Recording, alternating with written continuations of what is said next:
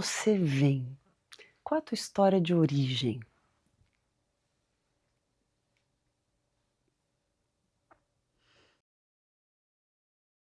Tem duas maneiras de responder. Tem uma objetiva, avós da Polônia e da Rússia, que fugiram da guerra, perderam irmãos pelas perseguições aos judeus, vieram para o Brasil e aqui meus pais se constituíram em São Paulo. Eu venho assim, dessa linhagem judaica europeia. Mas acho que não é isso que você quer saber. De onde eu vim? Pô, eu acho que eu vim de um oceano de sentimentos que eu tinha e que eu continuo tendo quando eu era criança. Eu já tentei muitas vezes me entender isso, de onde eu vim, quem sou eu, o que eu estou fazendo aqui. Mas eu parei de perguntar isso, sabia? Eu vou te falar por quê. Porque dentro de mim tem esse oceano que me deixa em momentos tão gostosos, mas também em momentos de uma tormenta tão grande. E tem momentos ao mesmo tempo com umas ondas tão legais que eu parei de querer entender ou controlar o oceano. Eu cheguei nisso. Desde que eu era adolescente, desde que eu era criança, eu queria ter a idade que eu tenho hoje. Sabia disso? Eu era uma criança velha. Sabe a criança velha que bate papo com poucos anos e fica perguntando para as pessoas? Eu era aquela criança que parava literalmente na rua para ver a formiguinha carregando a planta e queria entender como ela conseguia carregar uma planta tão grande. O que você acha? Eu quero entender o mundo. Eu sou muito curioso de tudo. Eu sou uma pessoa extremamente curiosa.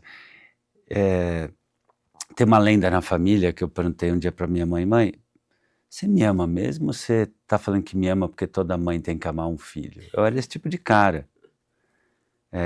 Perguntava para o professor de biologia quando ele falava do H2O. Eu falava, professor, mas isso é uma teoria, cadê o H? Cadê o O? Explica para mim, eu não entendia. E às vezes eles achavam que eu estava ironizando, mas não é. Eu sou uma pessoa curiosa. Eu quero saber da vida de todo mundo, mas dos bastidores. Eu amo bastidores. Então eu acho que eu vim desse lugar, de um menino curioso. E o que ela Muito. respondeu? Minha mãe? É. Acho que ela deve ter dado uma resposta, não, eu te amo pela pessoa que você é. Mas a minha mãe não era uma mãe que gostava tanto de ser mãe. Ela gostava de trabalhar. Era nítido isso. Ela gostava de trabalhar e ela gostava de estudar. Mas ser mãe era muito nítido que não era o lugar dela.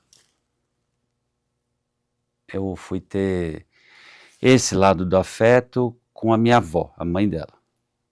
Essa foi a figura de afeto. E o meu pai. Meu pai até uns 8 aninhos, 10, quando era criança. Quando entrou na adolescência, eu acho que ele falou, não sei lidar com isso aí. Mas foi um pouco meu pai, que foi a figura do carinho, do brincar, e a minha avó. E o que seria esse lugar de mãe que correspondesse esse afeto necessário? Pô, minha mãe era uma pessoa que falava assim, eu não vou mais às suas reuniões de boletim, porque você que tem que me falar o que está acontecendo e eu tenho coisa para fazer. Com 12 anos, por exemplo, todos os meus amigos iam para o Guarujá e a gente tinha aquelas férias longas. Todos os meus amigos iam com mãe e pai, a gente almoçava. Minha mãe falava assim, olha, eu estou fazendo uma pós-graduação, então eu vou com você na farmácia, eu vou com você na padaria, vou te ensinar a cozinhar, limpar. E eu ficava 2 meses sozinho no Guarujá, com 12 anos. Então era maravilhoso, porque tinha meu espaço, minha liberdade, o apartamento que eu ficava, que era dos meus avós, era o lugar onde a gente podia fazer bagunça e curtir, mas ao mesmo tempo era esquisitíssimo, porque eu falava, cara, cadê minha mãe? Ela não olhava boletim, ela não cobrava Você tinha nota. essa percepção? Tinha, Cadê minha mãe? total. E você reivindicava? Não, Não. não, porque não era uma opção. Ela deixava muito claro que... Era o que tínhamos, né? não era uma opção, ela não mostrava nenhuma culpa ou remorso, ou tá tudo bem para ser filho, não era uma opção. Então, eu tinha, num certo sentido, uma baita inveja dos meus amigos, que tinham mães que cozinhavam, que faziam as funções tradicionalmente materna, sabe, carinho, comida, vamos comprar roupa, vamos fazer a lição de casa. Minha mãe falava assim, esse é o caminho, vai lá e faz. Ó, é assim que assim que limpa, eu não vou limpar. E ela era muito brava. Então não tinha papo, não era uma democracia. Entende? Ela era uma mãe muito firme. Eu fiquei com o lado bom, pô, eu acho que foi o que me fez sobreviver, sabia? Porque a sensação era de abandono, óbvio. Eu me sentia sempre muito sozinho. E em casa era uma coisa assim, minha mãe, meu pai e minha irmã. Eu sentia que tinha eles três e eu. Eu nunca me senti parte da família. Eu tinha quase uma certeza que eu era adotado ou tinha alguma coisa de muito errado. Porque minha irmã aprontava mais, assim. Minha irmã, eu acho que ela era mais livre nesse sentido. Porque eu me protegi dessa ideia de ser diferente no mental. A minha irmã brigava com meu pai, esperneava, ela reivindicava. Ela podia chorar, Ela podia lutava, sofrer. né? Ela lutava. Então, muitas vezes no almoço, eram os três brigando, debatendo, gritando, e eu ali falando, gente, que saco isso aqui e tal. Mas não passava pela minha cabeça que eu podia reivindicar. Não era uma opção. Eu acho que foi uma coisa que inconscientemente eu pensei assim, se eu for um filho bem legal, eu vou ser visto. Eu passei, por exemplo, minha adolescência inteira sem uma gota de álcool na boca. Eu comecei a me colocar metas. Então eu vou tirar nota boa, eu vou estudar, eu vou ser campeão de arte marcial, eu vou ter um corpo incrível, eu vou aprender a dançar. Enfim, eu aprendi a desenvolver metas, projetos, que eu tinha controle. Porque eu entendi que era sobre isso, ó, se vira, cria teu autorama aí de vida. Mas isso fica nítido que tem muito amor à mãe, né? Porque se eu não dou alteração, eu entendi que essa mãe não é tão voltada ao lugar de mãe, ao Isso. papel de mãe. Ou seja, não vou dar alteração para que ela não precise exercer onde ela não queira. Então eu não trago qualquer desgosto, eu não trago Isso, qualquer meio isso. problema. Quem sabe assim sou visto, amado Isso. e reconhecido, Isso, né? isso. É uma E lealdade.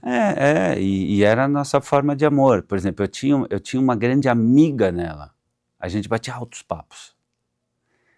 Ela se aconselhava comigo e eu me aconselhava com ela. Era muito interessante. Então, o mental tinha Que idade isso começou? 10, Novinho. 12, muito novo, muito novo. Eu fui uma criança precoce, eu fui um adolescente precoce, tanto que eu sonhava em ter 50 anos. Era a minha idade dos sonhos, porque eu falava assim, quando eu tiver 50 anos, eu vou ser rico, eu vou ser maduro, eu vou ser forte, eu não vou precisar de ninguém. É uma bela ilusão, porque hoje eu percebi que eu preciso de pessoas mais do que nunca. Mas como eu não sentia que eu era muito olhado, e eu tinha um problema seríssimo de autoconfiança, de autoestima, porque eu tinha assim, um primo, o Décio, que era campeão de futebol de salão, que ele era bonitão, ele tinha 2 anos e meio mais. Então, as meninas olhavam para ele era mais forte, ele era mais inteligente. Tinha o Sérgio, que era superdotado intelectualmente, tô no ITA, era o cara inteligentíssimo. Tinha minha prima Betina, que jogava tênis, lindíssima, tipo uma musa, mas nem me olhava, eu era a criancinha. Minha irmã, que em geral ou me batia ou me dava uns nãos, e também não era uma irmã de acolher, ela estava mais voltada a si.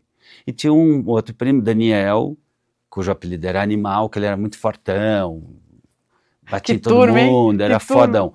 Então ele era uma turma super fodona, incrível, Uma turma e eu era o fodástica. bosta, assim, pode falar palavrão, né? Pode, Eu era o tamanho da terapia. sim, Eu me sentia o bosta, uma então bosta. eu falava, cara, Você era o bosta ou você se sentia não, eu um me bosta? sentia, hoje olhando, Hum. eu era uma criança bonitinha, eu fui um adolescente bonito, mas não era como eu me via. Eu fui começar a gostar de mim meio ontem, assim, eu me achava burro, me achava feio, eu me achava fraco, eu me sentia sozinho, porque eu estudei numa escola judaica super tradicional e eu tenho uma cabeça super não tradicional. Pensa, eu sou uma pessoa extremamente curiosa num ambiente super tradicional. Então eu não me encaixava naquela escola. Eu não me encaixava na família. Eu não tinha lugar no mundo. Era muito difícil. Há uma distância curiosa entre o que eu sou e como eu consigo me perceber. Uhum, O papel da mãe é muito também de nos ajudar a traduzir essa percepção, nos dando dados realistas e até afetivos sobre o que somos, sobre como nos percebemos. E eu acho que esse distanciamento também, nessa perspectiva, talvez te fizesse muito só dentro de sim, tantas dúvidas, tantos sim, sim. questionamentos. É, Eu fiquei em dúvida assim, o que na sua opinião deu certo e o que seria questionável quanto deu certo, diante de tudo isso que você está me contando dessa fase? como assim, deu O que certo? deu certo? O que você fala porque tem coisas engraçadas que por mais tortas que sejam, elas acabam repercutindo em saldos curiosos e muitas vezes bem aproveitáveis. E outras coisas que não, que às vezes a gente percebe e: "Opa, eu estou tendo que reestruturar isso aqui, tem que correr atrás desse prejuízo aqui". O que que você percebe disso? Pô, eu diria que o que deu certo é que eu me tornei um homem invencível, assim, imbatível. Nada me quebra. Eu me machuco, eu sofro muito, mas eu sou indestrutível, eu sou um guerreiro que nada nem ninguém me quebra no meio. Pode me arranhar, pode me machucar, mas eu aprendi a me virar. Eu aprendi a ter autonomia, a lutar pelo que eu quero, a não depender de ninguém, a ganhar dinheiro, a ensinar as pessoas a ganhar dinheiro, a ter sucesso. Não é à toa que eu trabalho com projeto de vida, eu aprendi e ensino pessoas a pegar a vida na mão. Acho que isso deu certo, muito certo. Muito, eu tenho muito orgulho disso. Uma vez uma psicóloga foi uma psicóloga muito bacana, Maria de Mello, que eu faço terapia desde sempre, né, como você pode imaginar. E estou aproveitando esse momento também fazer. Ela falava assim: "Léo, de onde você veio, você é quase um milagre". Porque, você imagina, você ter uma mãe que não é uma mãe tão materna, no sentido tradicional do carinho, e muito brava, meio explosiva até. Então eu tinha muito medo dela. Mas, aí falando dar certo, eu desenvolvi uma hipercapacidade de observar microsinais. Então, para minha mãe não estourar, ou não explodir, ou não brigar, eu sacava toda a rotina do que poderia levar a isso. Minha irmã não sacava. Minha irmã apertava todos os botõezinhos e rolava uns paus assim horríveis. E eu aprendi o quê? A entrar na minha casinha aqui e a não deixar isso acontecer. Então, claro, teve um custo, muitos, mas ao mesmo tempo eu me tornei extremamente capaz de observar as pessoas, mapear comportamento. Então, numa reunião, em 10 minutos eu sei se o negócio vai rolar ou não. Com um paciente eu consigo entender muito rápido o que ele está sentindo. Uma palestra, eu escuto quase o que as pessoas precisam ouvir. É uma capacidade enorme de empatia. E aí, claro, teve um custo enorme, porque a pessoa hiperempática paga um preço. Mas tem Você uma... escuta bem os outros, você Isso, percebe bem os outros, isso. você é hiperatento, sensível, você tem um coração generoso, você Sim. tem bastante humildade também. Mas e quanto a você? E para Então, se é isso. escutar? Então, acho que por isso que eu queria ter 50 anos. E eu não sabia por quê, e é uma coisa que eu tenho trabalhado muito na minha terapia, porque era a idade que eu ia poder ser pai de mim. Porque a gente está falando muito da mãe, né? Que é até uma coisa que eu tenho um certo bode com a psicologia tradicional, porque tudo é a mãe. E fala-se muito pouco do pai. E o pai é tão importante quanto a mãe. Isso eu acho que é um grande erro da psicologia tradicional, sabe? Eu tenho um certo bode disso. Inclusive, uma vez eu parei de fazer análise com um profissional incrível, porque eu falei, cara, a gente nunca vai falar do meu pai? Não, porque vamos, mas a mãe. Cara, eu quero falar do meu pai. Porra, quero falar do homem. Um homem se torna homem diante de outro homem. E... Então, mas só vamos limpar isso, como aí... Bom, aí eu parei. Como eu falei, o meu pai foi um pai muito carinhoso, de criança. Mas chegou na adolescência, eu não sei se ele não tinha habilidade, eu não sei, a gente nunca conversou disso. Ou se ele se desinteressou. Mas ele se fechou no mundo dele e eu fiquei meio sem ninguém. E aí foi muito difícil. Porque a adolescência é aquela fase que você, né, tudo é intenso, tudo é estranho no mundo, tudo é instável, porque você é, mas não é, quer, mas não quer, é uma fase super difícil. E eu não tinha ninguém, porque aí já não tinha mãe, que já nunca teve. A irmã, 3 anos mais velha, estava no mundo dela. O pai, meio que acho que ele deve ter achado que estava encaminhado. E aí, uma outra coisa que deu certo, eu passei a gostar de olhar no que as pessoas eram incríveis e trazer para mim. E aí isso foi ótimo e foi péssimo. Por que que foi ótimo? Eu comecei a gostar de ver biografias, de olhar pessoas de sucesso, de perceber a trajetória que levava as pessoas a brilhar. Então isso é uma genialidade, eu sei fazer isso. E aí pus para mim, e eu acredito que até como psicólogo eu conquistei muita coisa também graças a isso. Mas óbvio que teve um preço isso, que é justamente isso que a gente estava falando. De eu falar assim, tá, e o que eu quero? E quem eu sou? E o que eu sinto? Que eu vou te falar a verdade, é algo que eu estou dando conta de ver agora, sabia? É só agora. E o que você tem visto? Eu tenho visto a minha solidão, porque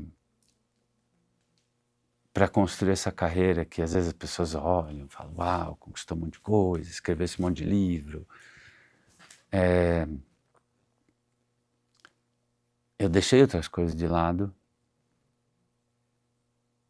Então hoje é a fase porque eu me sinto mais forte e mais frágil. Só que eu estou aprendendo a não ter medo disso. Mais forte no sentido de... Poxa, eu acho que eu tenho títulos e contatos e amizades e respeito e... Enfim, todos os dados objetivos para ver que, pô, construí uma baita vida até aqui. Mas ao mesmo tempo, eu percebo, puxa, meu pai morreu, então o que deu? Deu, que não deu? Não deu. Minha mãe agora está morando em Israel com a minha irmã e meus sobrinhos. O que deu, deu. O que não deu, não deu.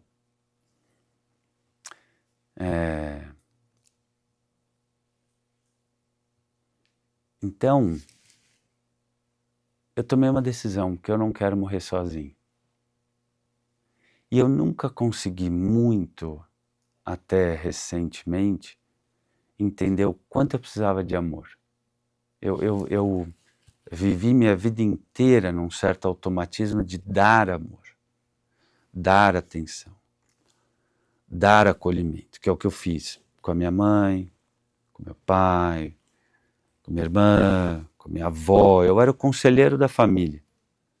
Eu acho que foi aí que eu aprendi a ser um bom psicólogo, porque eu era o menino que era colocado de pai da mãe, conselheiro da irmã, confidente da avó.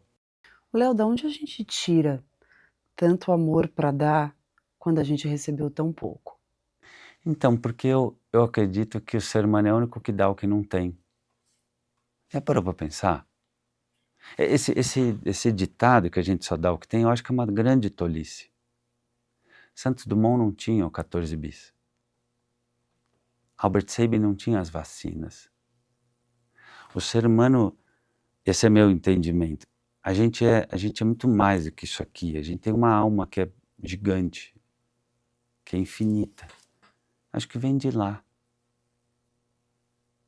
E eu hoje consigo ver que tem uma mão invisível, uma sabedoria, sei lá, não sei se é Deus, o divino, sei lá o quê, que vai conduzindo até em certas dores. Hoje eu olho e falo, cara, se eu não tivesse tido essa sensação de invisibilidade, de carência,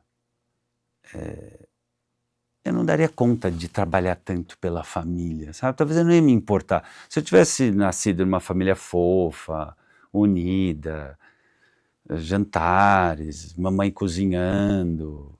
Imagina, quando minha mãe entrava para cozinhar, eu e minha irmã, a gente falava, mamãe está cozinhando, nossa, põe no jornal. Era Era um uma coisa evento. assim, era horrível.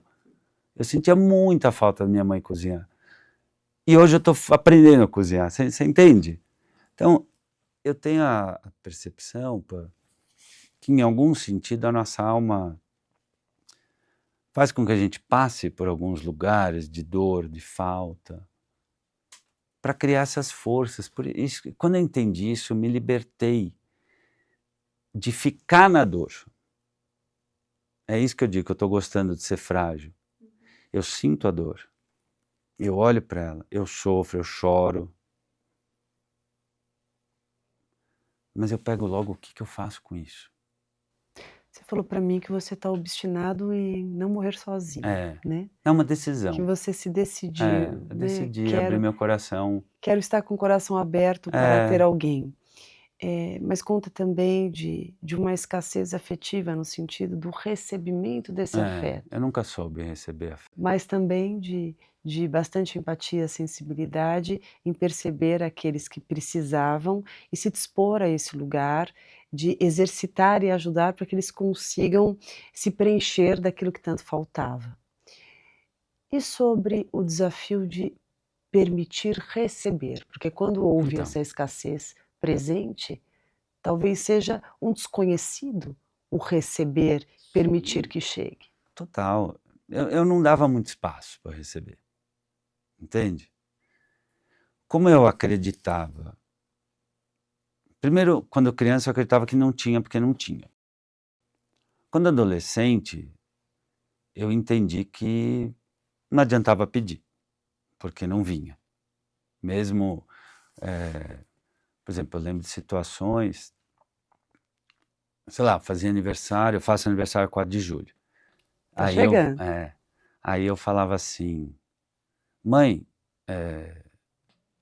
vamos fazer alguma coisa no meu aniversário? Ela, então, eu tenho não sei o que de trabalho, mas a gente pode comemorar sábado, né?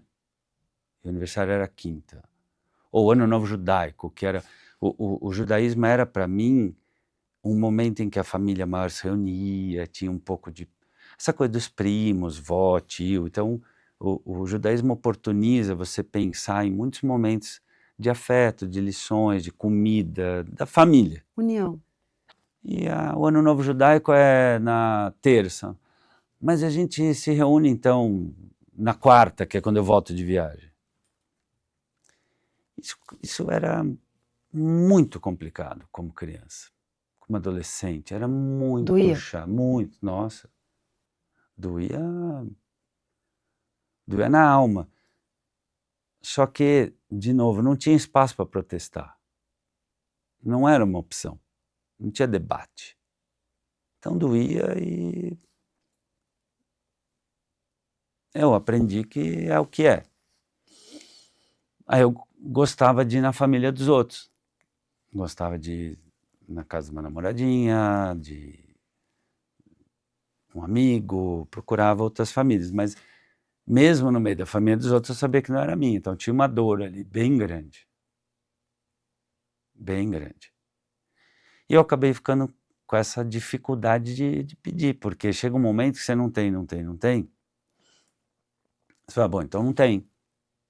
Então eu vou aprender a dar afeto, vou aprender a dar carinho, porque dando tem algum reconhecimento, tem alguma forma de afeto, mas eu partia da premissa que afeto não era para mim. Eu cheguei durante muitos anos para acreditar que, assim, amor não é para mim.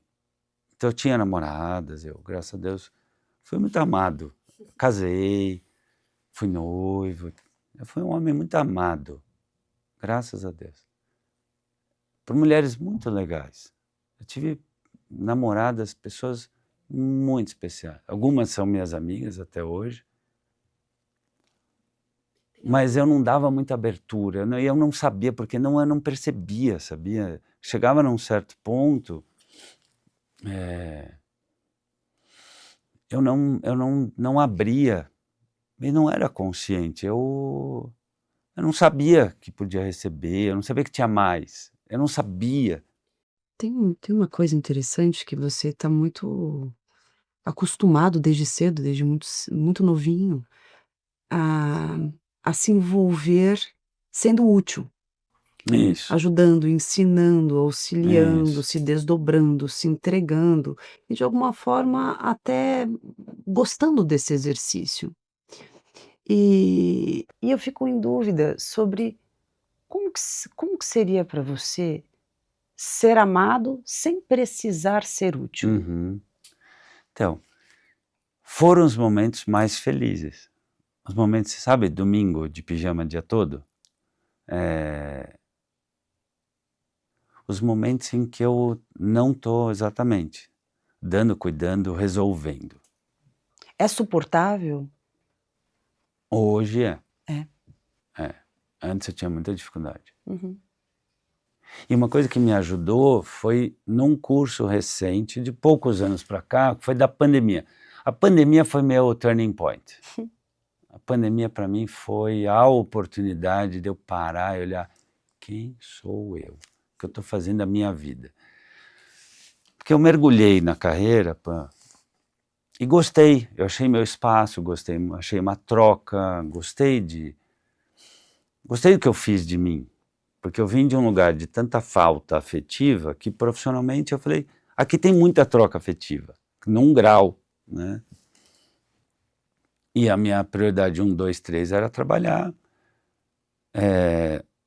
as relações num dado momento terminavam e eu tinha essa crença, amor não é para mim, vai ver que Deus quer que eu trabalhe, que eu... Tem algo em comum nesses términos? Tem algo em comum Tem, tem, que você sacou?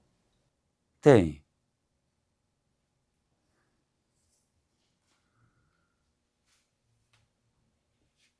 Tem. Eu tinha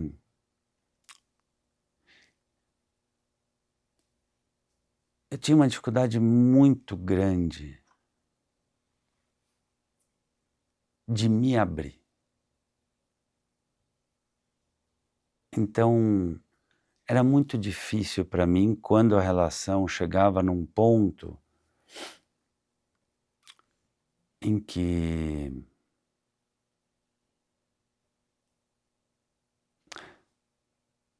aconteciam duas coisas. Tá falando agora, eu estou pensando. Eu acabava entrando muito no papel do pai. Do pai, do psicólogo, do cuidar. E aí virava cansativo para mim.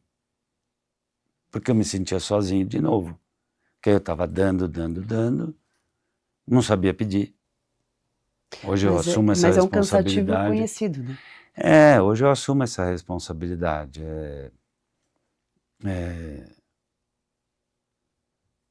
Eu não sabia que podia ser diferente. Era o automático, era inconsciente. Então esse era um padrão. E aí acabava perdendo um pouco da magia, porque eu estava dando, cuidando, ajudando, orientando, acolhendo, e não sentia que eu podia baixar a guarda. E não pode dizer que foram elas. Eu não sentia. Eu tenho que assumir. Eu tinha que ter feito o meu trabalho. Mas isso tudo é fácil a gente entender a história depois, né? Mas durante eu não entendia, só sentia que, putz, não está mais andando. Sei, a gente se distanciou. A gente ficou muito diferente, não criou valores em comum. Eu acho que isso é um desafio curioso da vida, né? Nós temos a experiência do amor, nós aprendemos uma forma de amar de acordo com o que recebemos e o que não recebemos, internalizamos isso dentro da gente, isso contamina todos os nossos recursos emocionais, e ao nos relacionarmos com alguém, nós temos o racional que nos conta algo que buscamos e queremos, e do outro lado, o emocional que ele estranhamente vai encontrando alguma acomodação nos recursos conhecidos que muitas vezes nos levam justamente para aquele lugar que não é bom, mas por soar familiar, nos remete à falsa sensação de segurança, então Sim. nos vemos ali na mesma dinâmica, repetindo aquele mesmo modus operandi e aquilo vai seguindo, vai seguindo. Como que a gente consegue quebrar isso, andar um pouquinho por uma zona que não é conhecida e, portanto, não gera essa sensação de conforto, segurança, familiaridade, porque não é familiar, mas seria a nossa cura?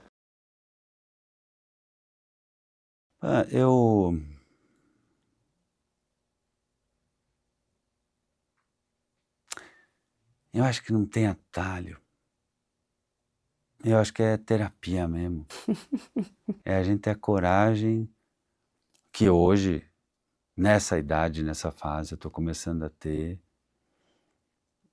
de olhar a minha responsabilidade, de olhar o que eu quero, de olhar quem eu sou. E eu precisei, vindo daquele lugar de muita insegurança e invisibilidade, eu hoje entendo que eu precisei me sentir muito seguro, profissionalmente, socialmente, financeiramente, espiritualmente, para agora, com uma armadura muito forte do guerreiro, do gladiador, poder tirá-la. É como se hoje eu entendo, né, o caminho que meu inconsciente levou, constrói tua armadura, constrói teu masculino, daí você escolhe quando vai usar, quando não.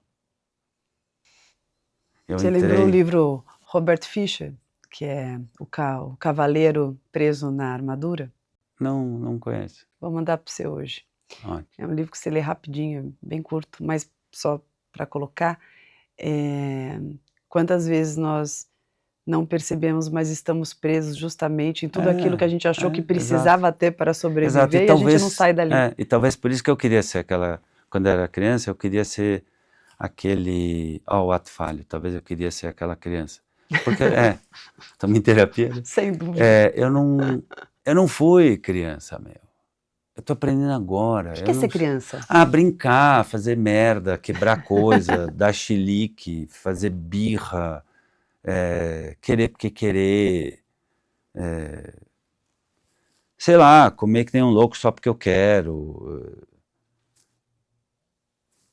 fazer barulho, chorar de noite e pedir carinho. Eu não fui criança, meu, eu era uma criança velha. Então eu tô agora começando a descobrir o que é ser criança. Se a gente Você considerar entende? se a gente considerar que criança velha não existe, o que seria uma criança velha? Então, uma criança com armadura, era uma criança reprimida, né, era uma criança que se sentia invisível, que se sentia menos. Te falei, eu me achava burro, eu achava que meus amigos entendiam as matérias, eu tinha TDAH forte e ninguém via. Então assim, eu carregava dentro de mim essa certeza que eu era o menos bonito, o menos inteligente, o menos capaz, o menos amável, o menos interessante. Então o que essa criança faz? Ela cria uma armadura. Aí você estuda pra caramba, aí você quer ficar incrível no esporte, e aí tudo que eu virei faixa preta, ganhava torneio de tênis, eu na adolescência fui aprender a dançar, abdômen trincado, um monte de coisa legal, para ver se, sendo admirado, eu me sentia amado. Eu confundi muitas vezes isso. Como eu já partia da premissa que não tinha amor, eu falei, bom, pelo menos se eu tiver amor, de admiração, se tiver gente que me acha legal, inteligente, já vai estar bom, porque amor não é para mim, vai ver que amor Então, não é para mim. mas uma pessoa que te achasse inteligentíssimo, bonito, capaz, e essa pessoa, por se encantar com essas habilidades que você desenvolveu na busca de ser aceito, e ela se aproxima de você por isso, isso te faz sentir amado, Muito, né? muito.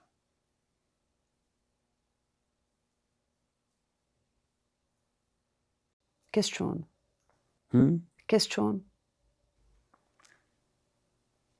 O que você questiona? Eu questiono, porque você acreditou muito que precisaria ser tudo isso muito para que então fosse amado.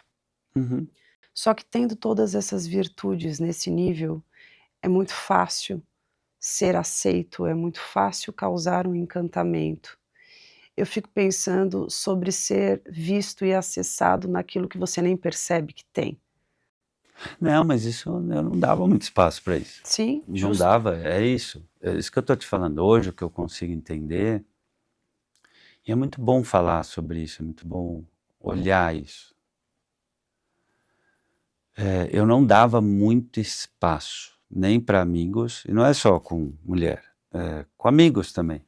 Eu era sempre aquele meio que ajudava, resolvia, pagava, mas raramente eu falava assim, putz, estou me sentindo mal, ou estou sozinho, ou estou triste. E hoje eu estou começando a dar conta disso, inclusive de ver que ó, com alguns pouquíssimos amigos dá para baixar a guarda e não ser abandonado. Porque meu grande medo era esse, era a solidão. Mas sem perceber, às vezes eu criava condições que me fazia sentir justamente sozinho. É o que eu te falei, eu tinha muita dificuldade E de não me é abrir. engraçado, não é interessante você ter medo da solidão, sendo que você estava vivendo na solidão há muito tempo e a solidão era extremamente familiar para Mas é que você? eu achava que era isso, é o que eu te falei. Eu tive durante muitos anos uma certeza que amor não é para mim. E eu me conformei com isso. Eu enfiei essa crença na cabeça sozinho, sem querer. Aí quando você cresce, puta, amor não é para mim, então o que é para mim? Ô Léo, É difícil. me responde uma pergunta, e aí não é para você me responder o que é certo, tá, é para você responder, tô perguntando considerando essa história que você me traz. A gente fala que amor é sentimento vital, a gente fala que amor é um sentimento soberano, que a gente nasce aqui e o que a gente mais precisa é de amor, tanto amar quanto ser amado. Mas quando nós temos o amor internalizado de uma forma deficitária, disfuncional, quando a gente teve pouco amor, por N razões, parece, é esquisito dizer isso, mas parece que é difícil amar e se permitir ser amado. Por quê? Porque você não conhece, é um negócio que você não conhece.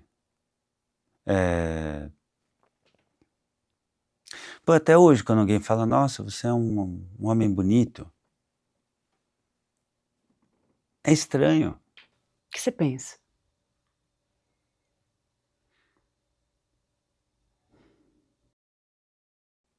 Tem horas, dias, tem sido mais frequente que eu falo: "Não, eu sou o mesmo, obrigado". Mas tem uma voz que eu aprendi, que talvez ela não vá embora, mas que eu só preciso não escutá-la tanto, que diz assim: "Né, não é tudo isso. Não, Tá falando pra te agradar. quer alguma coisa". Ou vai ver que a roupa tá bonita, ou vai ver É, que, é a luz. É a sei luz do lá. dia. Eu aprendi, pô, é por isso que eu digo, meu, eh,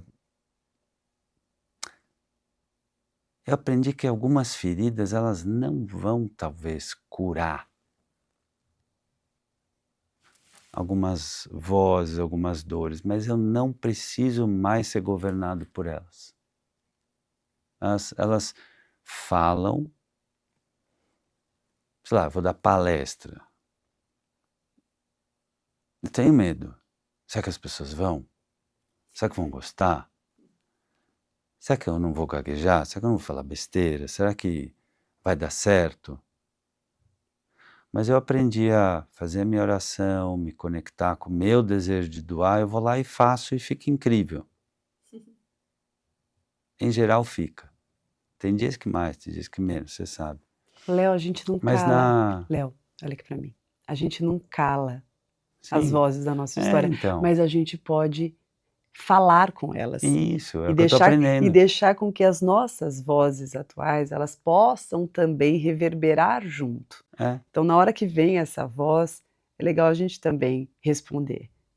sim, É legal a gente também falar, de repente, um pouquinho mais alto, isso, porque é o que eu tô aprendendo. essas vozes também tinham a potência daquele momento. Sim, E acho que a vivacidade daquilo que a gente fala hoje, que a gente confia, pode se tornar como se fosse não sei, um hino, pode ser. mas de novo, olha que legal, né. Cara, se eu não tivesse tido essa insegurança toda, essas questões todas, provavelmente eu não ia me tornar o cara que eu sou hoje. Ah, não mesmo, não mesmo. Porque eu vou te falar, eu tenho muito orgulho da pessoa que eu fiz de mim. Eu vou te falar, óbvio que eu não me fiz sozinho, tive terapeuta, amigo, namoradas, mulheres, enfim, muita gente legal. Você já esteve ali estendendo a mão para mim em alguns momentos importantes. É assim. Você me fez algumas perguntas no momento que eu precisei muito. Você foi uma pessoa muito importante nesse turning point desses anos recentes. E o que eu aprendi foi exatamente isso. Essas vozes de ou inadequação, ou baixa autoestima, ou me sentir menos, talvez elas estejam sempre ali. Mas elas talvez foram um instrumento da minha alma para eu defender. Porque, por exemplo, quando eu trabalho com projeto de vida, alunos que hoje estão abandonados por pais e mães cada vez mais ocupados, por essas narrativas de deixa a criança. Eu falo, não deixa a criança. Custa caro pro emocional do seu filho. Não mima, porque você vai fazer uma pessoa fraca e que se sente desamada. Porque, para mim, o abandono e a superproteção é a mesma coisa. A superproteção, a permissividade, é uma forma de abandonar, de não se importar, de largar, entende? Por isso que eu prefiro um pai, uma mãe firme, que segura, que dá contorno, que diz: Eu sou eu, você é você. Isso pode, isso não pode, isso dá um contorno, que me deu um trabalho na minha vida de entender o meu contorno. Então, quando eu vejo os aluninhos que têm hoje aula com meus livros, pô, eu estou falando de 500 mil de crianças hoje que estudam projeto de vida com o meu livro. É muita gente. Cada criancinha dessa tem uma familhinha. Tem um pai e mamãe, tem um irmão, tem seus sonhos. Então hoje, o que é o meu trabalho? O meu trabalho é a minha cura, em parte. A outra parte é outra, se você quiser eu te conto. Eu consegui entender que metade da minha cura vem de dar ao mundo o que eu não tive. De ajudar os pais e mães a encontrar, ou pelo menos buscar, esse limite do afeto e da firmeza que a gente encontra pela intenção. Porque é menos sobre... outro dia uma mãe perguntou assim, mas quando eu fui ver eu dei um beliscão na minha filha, e, isso é muito errado. Eu falei, tá, vamos lá, vamos entender uma coisa. Qual foi a tua intenção? Você quis machucá-la? Você pensou, falou, hoje eu vou destruir o cérebro da minha filha? Não. Você estava cansada? Você estava desesperada? Estava movida por um amor? Você entendeu como recalibrar numa próxima? Então tá bom. Porque ainda prefiro uma mãe que belisca do que uma mãe que larga. Você entende? Eu ainda prefiro um pai que eventualmente grita ou bate numa mesa e fala, chega, você não vai fumar maconha, do que aquele pai que fala, fica à vontade, tranquilo.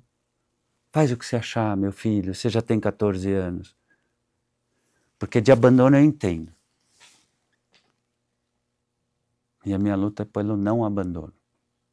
E eu estou aprendendo a não me abandonar. Porque eu abandonei durante muito tempo o meu direito de receber, de ser amado, de ser cuidado. E hoje eu quero ser amado, eu quero ser cuidado. E sobre esse pedaço que você diz que está em exercício hoje, de se permitir... Você foi falando, eu fiquei imaginando 2 torneiras. Uma torneira que jorra uma água firme, forte, fluida. E a outra torneira que fica um pouco fechada, ora fica um pinguinho, que seria o dar e receber. Eu queria entender um pouco a parte do receber. Que movimentos que você tem hoje feito diferentes, que você acha que estão te ajudando a receber, a permitir que chegue, a permitir que te abrace nesse lugar, que é engraçado que eu fico imaginando que tem um menino dentro de você, né?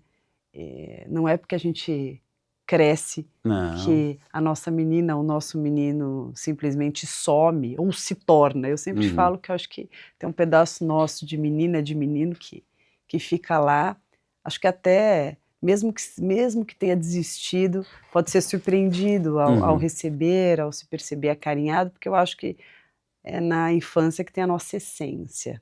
Então tem uma essência sua. Como que é hoje o receber? Hoje é bem legal. Porque hoje eu decidi que eu mereço receber de mim. Por exemplo, esse momento é um momento de receber. Porque eu me dar o direito de ser gente normal, né?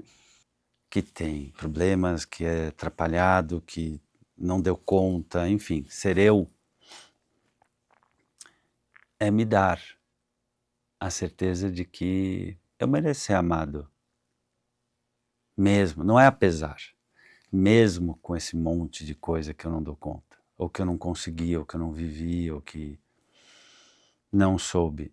Então, esse tem sido o meu exercício, escolher alguns momentos, algumas pessoas, poucas, às vezes falam assim, pô, mas você vai estar para bilhares ou talvez milhões de pessoas, se ferrou. Mas é sobre isso. Esse é o meu capítulo. A vida é uma grande Netflix, né? tem as temporadas, tem os episódios. A minha temporada é essa, me abrindo para mim. Me abrindo, vírgula, para mim e me abrindo para mim. Receber, escutar, poder relaxar, Tô aprendendo. perceber que fazem para você e por você, sem que você precise atuar. Sabe aquela cena da criança quando ela dorme no carro na volta de algum lugar, assim, e ela dorme. Ela tem certeza que alguém vai levá-la até a cama, ela tem essa certeza, essa possibilidade de relaxar e ter a segurança que eu vou relaxar É, aqui isso eu não conheço e muito. eu sei. E eu vou ser acolhido, eu tenho certeza que vão fazer isso por mim, que eu nem preciso me preocupar nisso aqui, vou é interessante, mas esse exercício é curioso, porque o amor ele tem disso, né, que é a proteção, que é o olhar, que é o querer cuidar, que é o acolher, que é o zelar, que é muitas vezes se antecipar a algo que você talvez precise ou que você talvez nem tenha percebido sobre isso. Hum.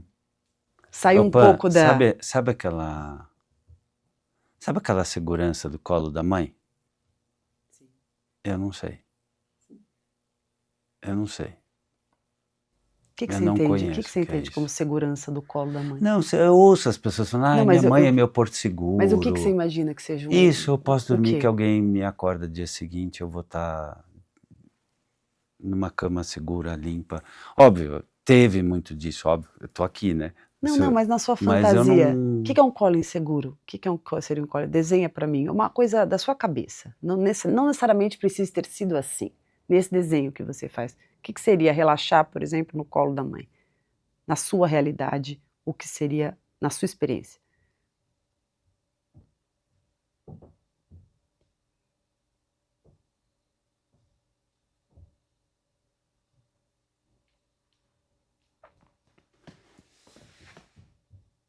você vê, o silêncio acho que já diz tudo, né, Você incomodaria? não, é isso, é não precisar fazer, ser ou dizer nada Mas o que e seria? receber afeto mesmo assim. Não, isso eu sei, isso você vai usar a lógica e você Não, vai não tô saber dando responder. lógica, eu tô Eu falando que que eu eu sinto. quero saber como teria sido ou seria esse colo pra você, Ah, menino, é isso que nossa, eu eu quero acho que saber. teria sido muito legal, meu.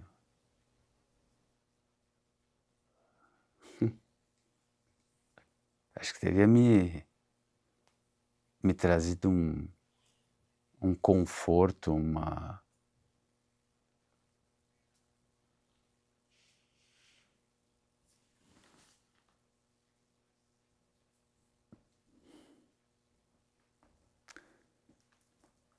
segurança, meio que uma certeza que eu valho a pena, sabe?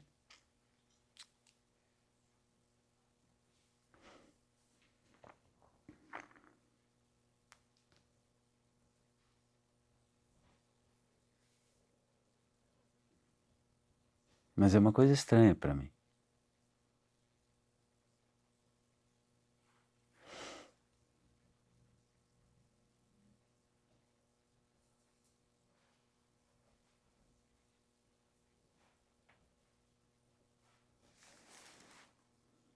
Acho que teria sido muito legal.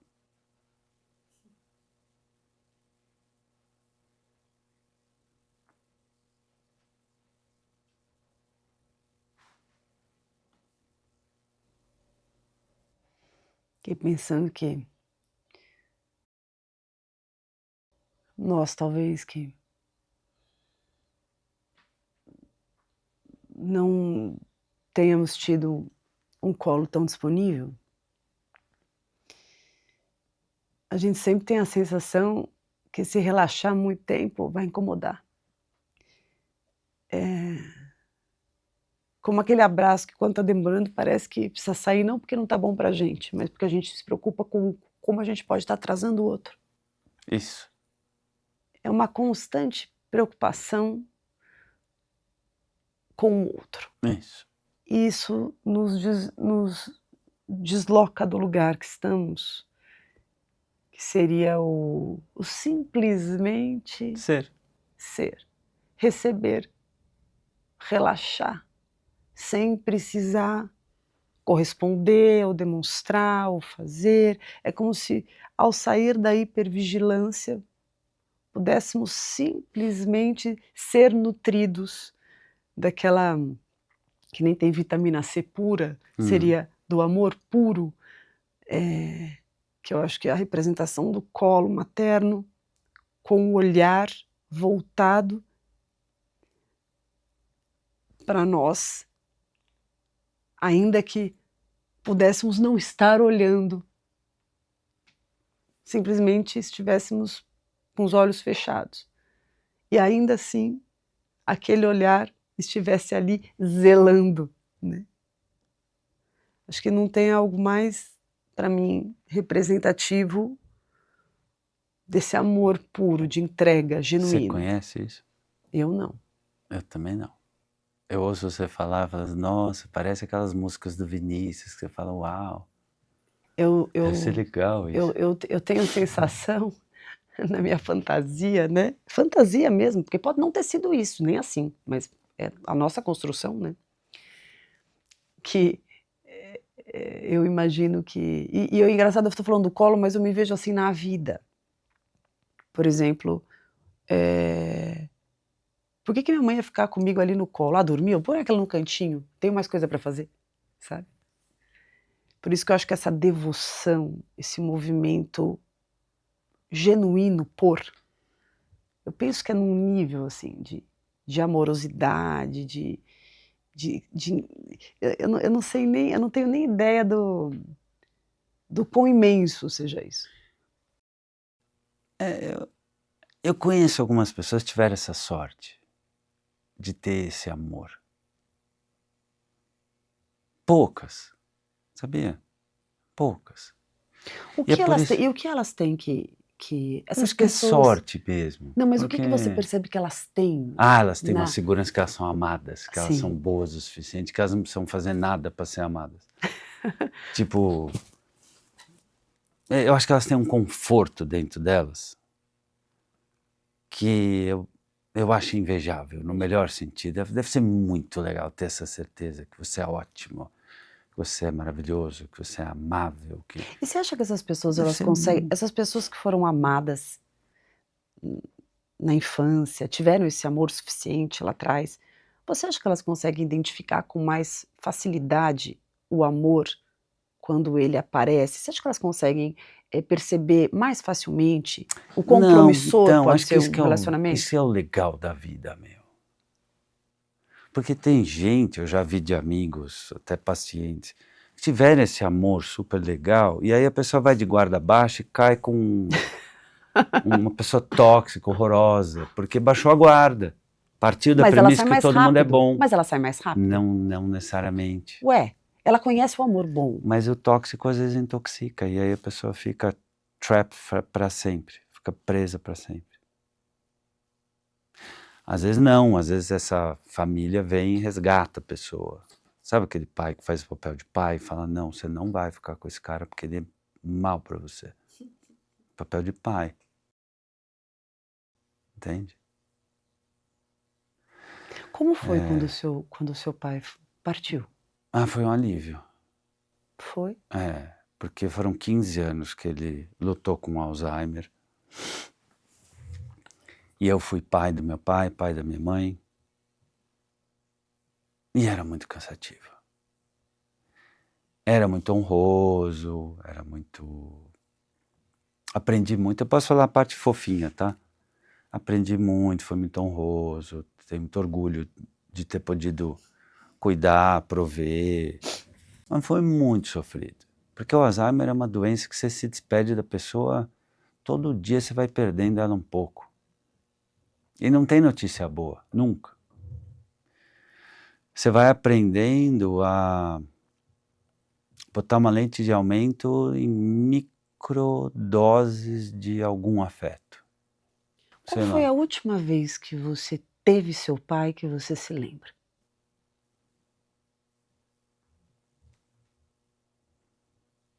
Hum.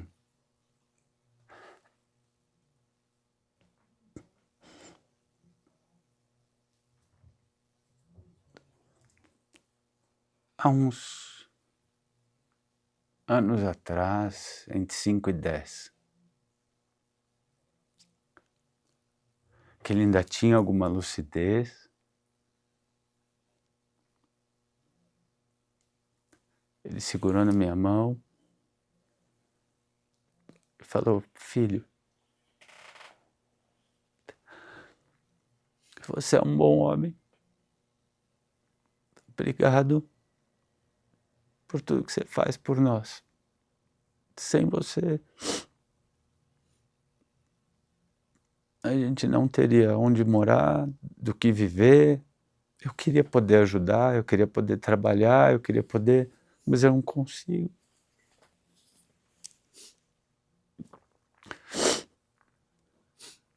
E aquele momento foi muito louco, porque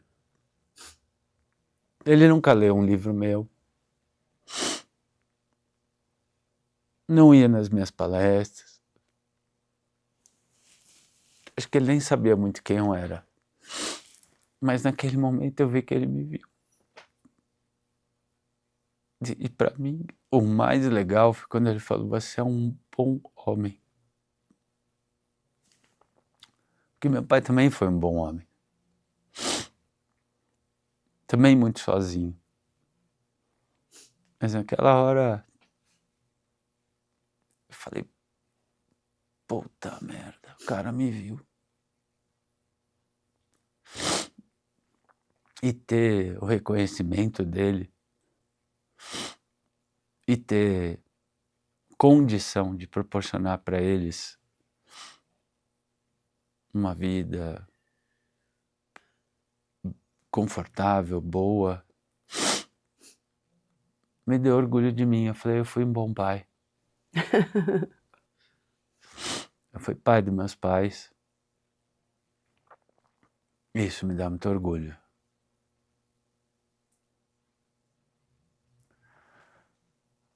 Acho que foi aí.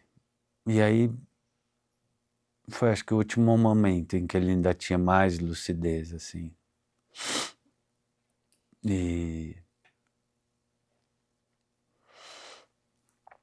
eu lembro que dias depois deu um clique, porque o Alzheimer é isso, né? Dá uns cliques e aí você perde a pessoa. Você vai como uma rádio que você vai desintonizando. Perde a sintonia, né? Horrível, horrível.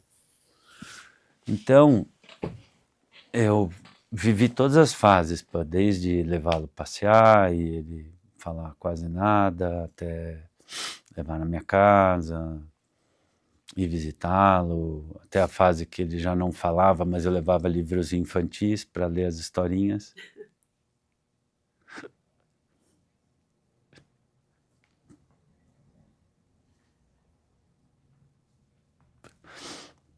Até a fase que eu já falei: ele não está mais ouvindo as historinhas. Então, é sobre não falar nada. Aí eu descobri a conexão do chocolate. Como assim? Porque ele gostava de chocolate. Aí quando eu levava chocolate, ele dava microexpressões de alguma felicidade ali dentro dele. E meses antes dele ir, eu lembro que eu tinha que cortar o chocolate alpino do tamanho de uma unha, porque era, como ele já não tinha mais a deglutição, era o tamanho que se eu colocasse na boca dele, ele conseguia assim, ele conseguia engolir. Então foi muito louco. E quando ele parou de comer,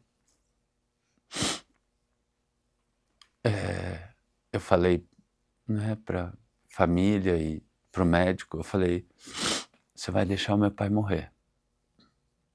Você não vai prender meu pai numa sonda de mentira. Meu pai está querendo ir há 15 anos, que ele já está indo. Respeita a natureza. É a minha decisão.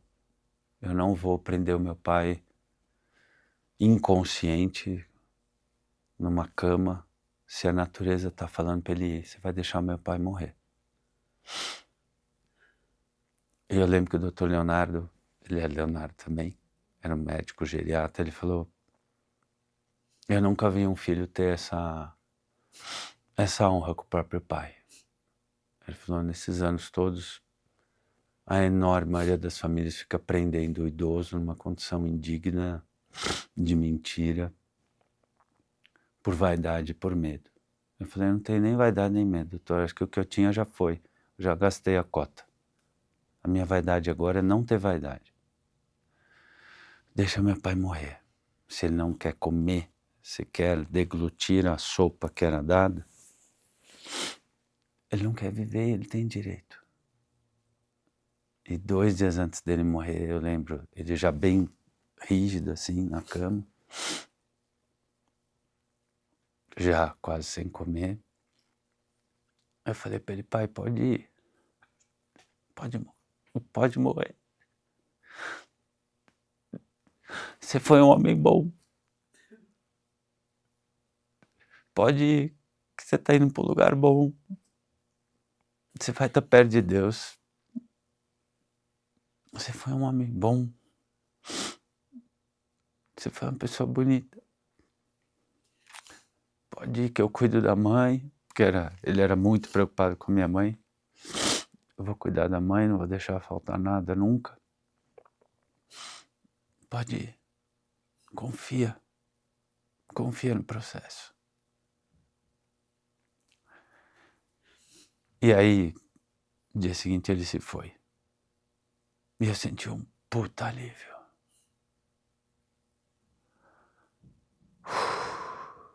Porque não ficou nada, assim, sabe, de dívida entre a gente.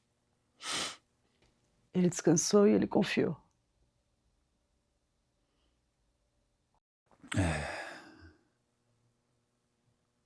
Então foi bom ter vivido esse ciclo. Doído, eu lembro que tinha dias que eu ia visitá-lo, nossa, eu ficava no carro chorando, minutos e minutos e minutos chorando, muito tempo. Porque é isso, não tem explicação.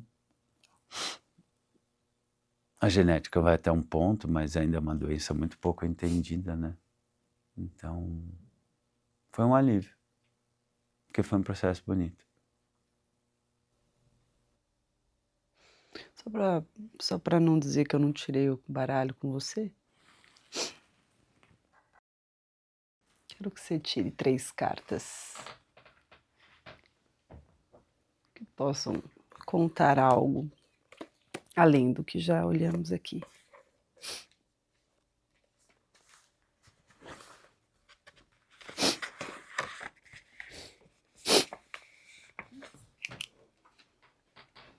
Essa é a primeira?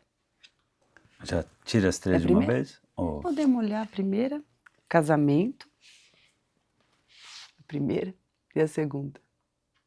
Eu vou casar de novo, sabia? É? É, eu vou. Que bom que você Eu acredita vou. nisso. Não, eu tenho essa certeza. Sim. É uma decisão de alma. Eu vou casar. O baralho concorda. Qual que é a segunda carta para a gente ver a mensagem?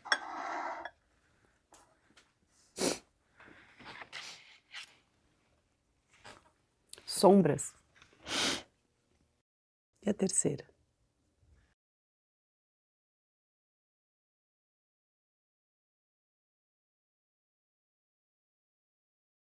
Três pessoas marcantes da sua vida.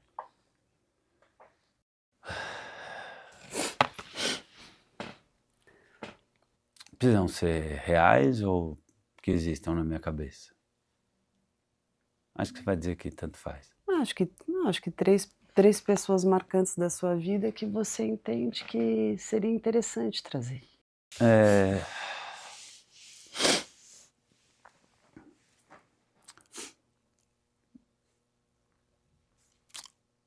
O Cristiano Nabuco de Abreu foi meu professor, meu irmão mais velho, Que professor, hein? meu grande amigo, meu mentor, um cara que sempre cuidou de mim, que me abriu as portas pro mundo acadêmico, fui monitor dele na faculdade, me inspirei nele, me inspiro nele como tudo. Acho que eu não cheguei nem perto do que ele é como alma, mas ele é uma luz para mim. Ele é um gigante, como pessoa, como alma.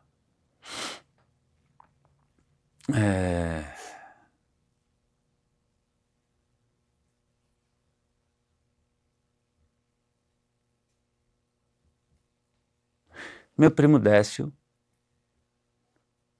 que fez esse lugar de um homem, eu achava ele incrível, ele era que jogava bola bem, que era o bonitão, era super competitivo, assim, ele jogava tênis. Eu era melhor no tênis que ele, mas ele era melhor que eu no futebol, então ele foi esse lado masculino do grande amigo, do que ensinava, do que dava os toques, eu me espelhava nele, assim. Então ele foi e é uma figura muito importante para mim.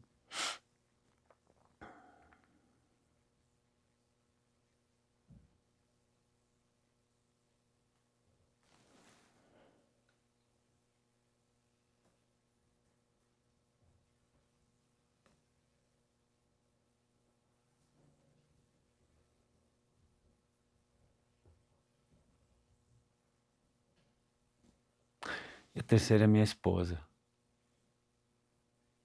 O que você imagina? Imagino uma mulher doce, uma mulher forte, uma mulher que me inspira, me desafia, me enlouquece, me ensina, me encanta, me incendeia, me enche o saco. Isso vai acontecer. Eu tenho essa noção. Uma mulher que vai puxar o melhor e o pior de mim e que a gente vai navegar juntos Você está para aberto para envelhecer isso? junto. Tô, como nunca. Eu acho que a mensagem do baralho é interessante, que quando eu escuto a tua história, a gente vê o transitar entre a luz e a sombra o tempo inteiro. É, Eu acho que essa mistura entre o saber fazer, o executar tão bem, esse realizar tanto em relação ao outro e faltar tanto em relação a você, e quando você coloca o agora na possibilidade de se permitir e receber, embora tenha um pouco de idealização projetada nisso, tem-se grandes possibilidades de realmente acontecer. mas essa idealização, pô, ela me norteia, ela me inspira, sabia? Porque eu acho que sem ela a gente se acomoda com uma vida boba. Sim, Eu e vejo, e o eu sonhar é vejo, isso também, né. eu vejo muita gente voando baixo, pã. Eu vejo muita gente que parada em vida merda, casamento Oh, merda, carreira com certeza. merda. E eu decidi, sabe o que fazer com as minhas merdas? Adubá-las. Fantástico. Entende? Eu acho que eu deixei claro Como você está aqui adubando? Como você está adubando? com verdade. Eu hoje sou aquele amigo sincerão. Comigo, com os outros, com quem me atende, com quem trabalha para mim. Eu aprendi a ser mais rápido. Pã. Eu realmente percebi que o relógio não vai virar mais para a esquerda, porque nunca virou. E hoje meu tempo custa caro. Hoje a minha agenda não é mais movida pelo posso, mas pelo quero. Não só agenda de compromisso. Antigamente era assim, você tem horário para atender? Tenho. Porque era posso, você pode meter posso. Hoje eu pergunto se eu quero atender, Isso é se eu bom. quero dar aquela palestra. Ou se eu quero ficar em casa, ou se eu quero jogar tênis, ou se eu quero vir aqui. Ó, Léo, o casamento da sombra com as luzes na sua vida. Pegar tudo o que você aprendeu e fez tão bem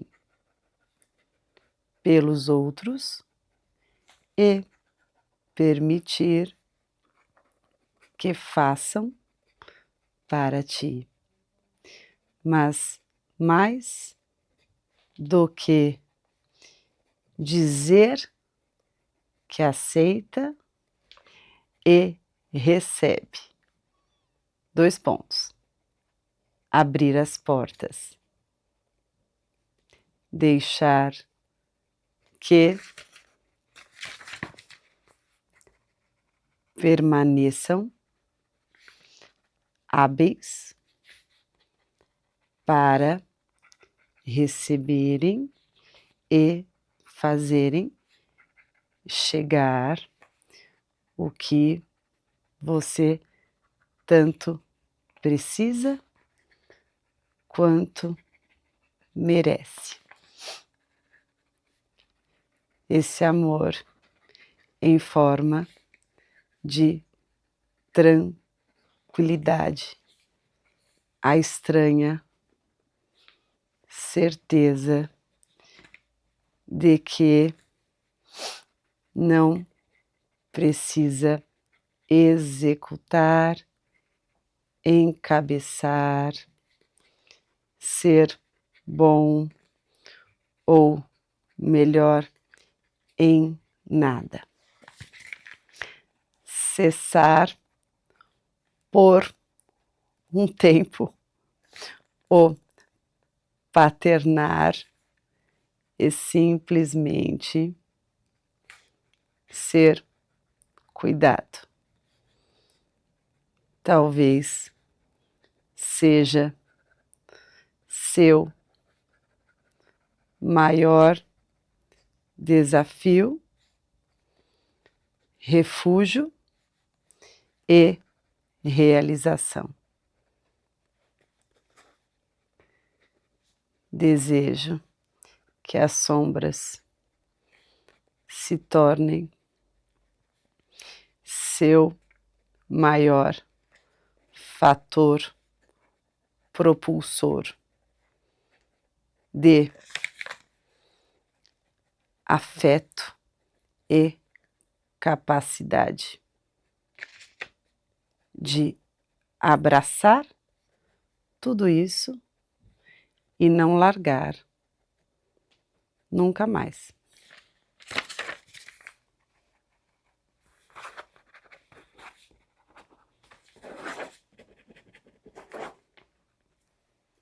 Tô aberto para tudo isso.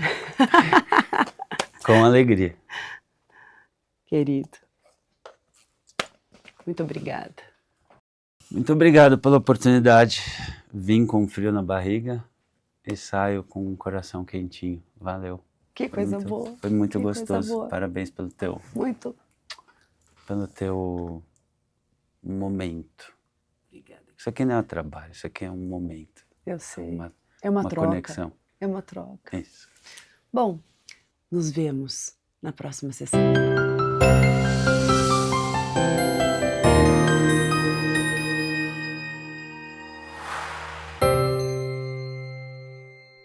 Deu vontade de fazer terapia, né? Então baixe agora mesmo o PCAP, meu aplicativo de atendimento psicológico, para você fazer a sua sessão de terapia a qualquer hora, de qualquer lugar.